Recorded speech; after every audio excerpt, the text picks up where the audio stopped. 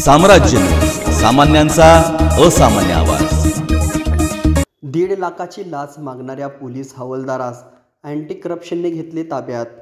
गुन्ह्यात जप्त असलेले कार सोडण्यासाठी वैराग पोलीस ठाण्यातील पोलीस हवालदार रवींद्र बाबर राहणार बाळे सोलापूर याने चक्क 1.5 लाखाची लाच मागितली आहे। या प्रकरणी संबंधित गाडी मालकाने दिलेल्या तक्रारीवरून लाचलुचपत प्रतिबंध विभागाच्या पोलिसांनी हवालदार बाबर यांच्याविरुद्ध गुन्हा दाखल केला आहे।